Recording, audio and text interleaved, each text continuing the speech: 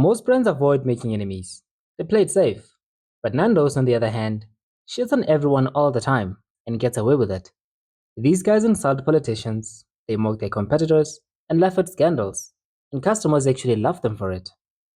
Nando's marketing works because it doesn't even feel like marketing in the first place. Most brands spend their time shouting about menus, prices, and discounts. If there is one thing we can all agree on about customer psychology in this day and age, is that nobody wants to be sold to. People just don't like ads. Nando's, on the other hand, does the opposite. They don't obsess over selling their food and convincing customers just how affordable they are. No. Instead, Nando's does the one most important thing you need to do to bring people closer to you, and that is, they obsess over belonging. Instead of pushing promotions, they embed themselves into national culture. They frequently comment on what people are already talking about. They engage in local trends, humor, tension, and conversations. And this is why Nando's marketing doesn't feel like a brand talking at you. Instead, it feels like a friend or a fellow citizen talking with you. So while competitors try to compete over prices and menus, Nando's focuses on customer mentality and interests. This is Decoding Africa with Max, and welcome to another episode. Today, we will be dissecting Nando's marketing strategy and how they leverage customer psychology to keep their brand relevant and remain at the top of their customers' attention. So stay tuned and let's dive right in. Nando's is widely considered to be one of the best in marketing in South Africa. According to marketers, brand strategists, and industry analysts, Nando's stands out because it doesn't market like a regular brand. Instead, Nando's embeds itself into culture, it uses humor and social commentary. It engages customers in conversations rather than selling them menus and promotions. Nando's famously uses local satire and current events to make their ads relevant. This includes tackling xenophobia, political scandals, and load shedding humor. This makes their marketing relevant and memorable. A popular example of this is the Blue Light Brigade ad, which satired official escorts in South Africa.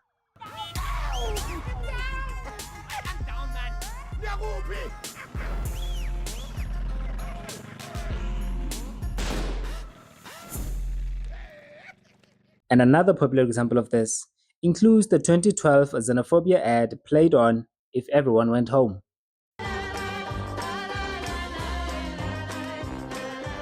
No one should ever have to eat alone. So get a Nando six-pack meal for six. Many brands commit heavily to a culture of corporate professionalism, which is a good thing for order and in house operations. But you do not have to bring out your professionalism out into the world. People are more chilled out than you think, they just want good times. Do not underestimate the psychological impact of humor. Humor increases memorability, and Nando's campaigns are often hilarious, which embeds the brand into social conversations.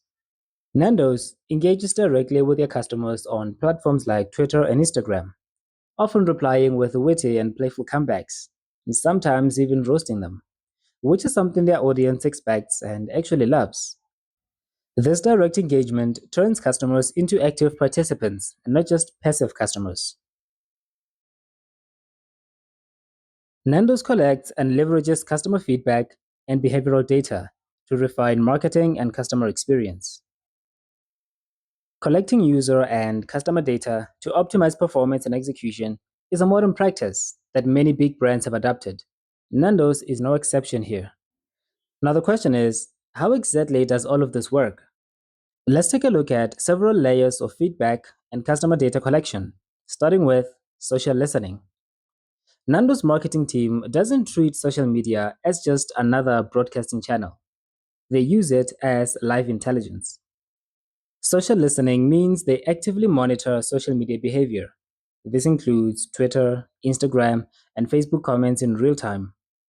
This also includes following local trending political, cultural, and social topics, how people joke, complain, or meme about the Nando's brand without actually tagging them. So while most brands only look out for complaints, service failures, and refund requests, Nando's looks for jokes, slangs customers use, cultural references that are gaining traction, and who the political laughingstock is on that particular month. This is why their ads are always on point. This enables the brand to keep track of social sentiment, disposition shifts, and align themselves to move alongside people's interests and preferences.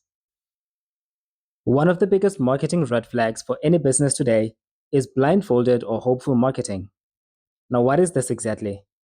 This means creating generalized ads and hoping they will be liked without actually profiling your targets and tailoring your ads towards them specifically. Now, this is where psychographics come in. The main purpose of psychographics is to understand your customers based on their psychological traits. This includes things like their mentalities, beliefs, fears, hopes, pain points, preferences, and aspirations. In this way, when you design your ads, you would tailor them to resonate specifically with what's going on in your customers' minds. In Nando's case, this involves monitoring their target customers' interests, things like frustrations with the government, load shedding fatigue, their anger towards the cost of living, national pride cycles, political tension points, relationships and dating issues, essentially all important trends in the daily life of their customer. Nando's ads are always on point and relevant because they speak to their target customers' emotional and psychological states.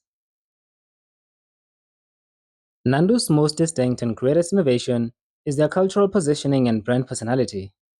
The Nando's brand has a very distinct and unapologetic personality. They take bold risks that most brands avoid. They strip away the professional political culture of playing it safe. Their risk taking and strategic playfulness build a psychological trust because customers see them as an authentic brand. Nando's has amassed one of the largest public collections of South African contemporary art and displays it in its restaurants, supporting local artists and blending in with the local culture. This makes their spaces more than just restaurants, they become cultural hubs. Nando's is a global brand, but tailors its marketing to fit into local cultures. They're everywhere, but not the same everywhere. Let's explore how they actually balance this. For starters, Nando's uses a hybrid model. They have global principles, but implement local executions. This means they maintain tight central control over brand standards, but allow loose creative license on cultural expressions. By doing this, Nando's avoided rigid global template based marketing with centralized messaging and one size fits all campaigns. Their operations are standardized, but brand personality is localized. This is why you'll see in South Africa, their humor would reference local politics and social trends. Their language patterns reflect indigenous idioms. And in the UK, they adapt humor to British cultural references. Their tone and nuances shift without breaking brand standards. This keeps the brand global but relevant culturally. Nando's has done well over the years, but they too, like every other business, have blind spots. Let's take a look at one of the most critical blind spots in Nando's marketing strategies. Nando's marketing leans heavily on satire, cultural commentary, and strategic offensiveness, which wins attention, yes, but can sometimes backfire, especially when real sensitivities are involved. Come to look at it closely, Nando's biggest wins and biggest problems in marketing often share the same source, which is satire. In 2011, Nando's released the Last Dictator Standing ad, which depicted African dictators disappearing one by one, leaving only President Robert Mugabe left alone at a table. This was clever and bold, but it crossed the line.